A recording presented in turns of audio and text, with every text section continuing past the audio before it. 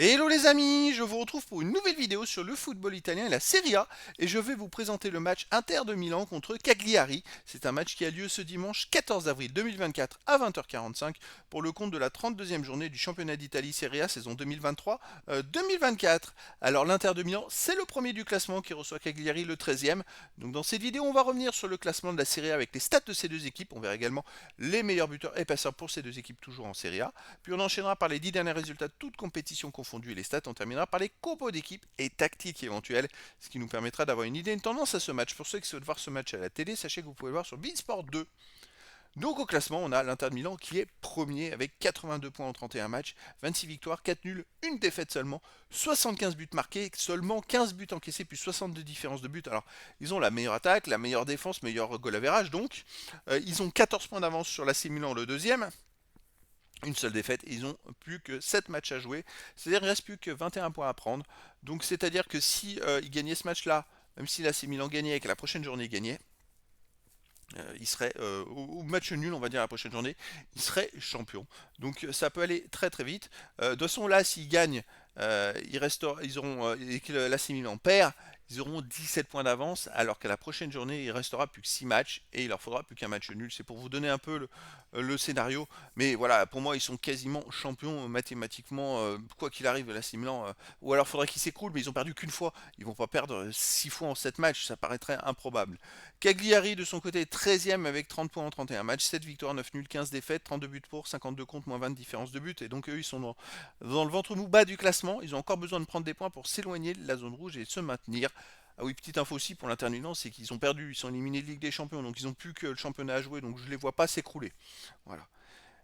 Allez, au niveau des meilleurs marqueurs, on a Lautaro Martinez, meilleur marqueur de Serie A avec 23 buts pour l'Inter de Milan. Après, on a Calhanoglu et Thuram 10 buts, Di Marco Fratesi 5 buts pour Cagliari, Gaetano Pavonetti, Viola et Luvombo avec 4 buts. Après, il y a des joueurs à 3, 2 et 1 but pour les deux équipes. Pour les passeurs décisifs, on a Mkhitaryan et Thuram à 7 pour l'Inter, ensuite Di Marco 6 pour Cagliari, Luvombo 4, ensuite pour l'Inter Dumfries 4, puis il y a des joueurs à 3, 2 et une passe pour les deux équipes. Les 10 derniers résultats de toutes compétitions confondues, l'Inter c'est 8 victoires, 1 nul, une défaite, 22 buts pour, 5 buts encaissés, plus 17 de différence de but. Alors ça reflète les résultats en championnat tout simplement. Alors le nul c'était contre Naples à domicile un partout après avoir été éliminé en Ligue des Champions en ayant perdu 2-1 à l'Atlético de Madrid, mais en ayant perdu au tir au but. Malheureusement, puisqu'ils avaient gagné 1-0 le match aller, le but à l'extérieur ne compte plus double, sinon ils se seraient qualifiés. Donc c'est vraiment... ils ont perdu de justesse, ils perdent pas beaucoup de matchs cette saison, ils prennent pas beaucoup de buts, mais ça a suffi pour qu'ils soient éliminés de la Ligue des Champions. Chez eux, ils restent sur une victoire contre Empoli 2-0, un nul contre Naples 1 partout, une victoire contre Genoa 2-1, une victoire contre l'Atalanta de Bergame 4-0, une victoire contre l'Atlético de Madrid 1-0, une victoire contre la Salernitana 4-0, donc à part le nul contre Naples, bon, c'est un rouleau compresseur à domicile. Cagliari de son côté sur les 10 derniers matchs, c'est 3 victoires, 3 nuls, 4 défaites, 12 buts pour, 16 contre, moins 4 de différence de but, mais je dirais qu'ils vont plutôt pas mal, hein, parce qu'ils sont sur les 7 derniers matchs, ils ont fait quand même 3 victoires, 3 nuls et seulement une défaite. Alors je pense qu'ils étaient relégables avant cette série-là, parce qu'ils ont que 30 points et que 6 ou 7 points d'avance sur les premiers relégables.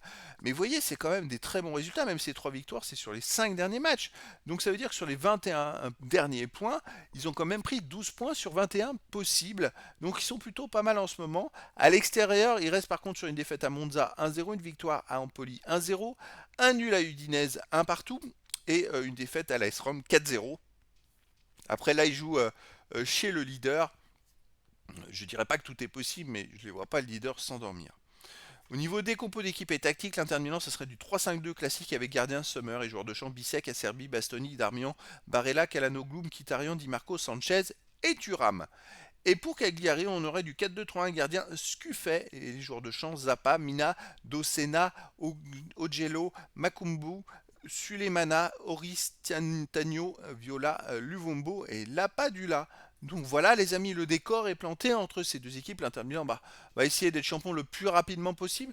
Cagliari peut essayer de continuer sur sa belle avancée des derniers matchs. Et donc je vous donne rendez-vous ce dimanche 14 avril 2024 à 20h45 pour le match de la 32e journée du championnat d'Italie Serie A saison 2023-2024.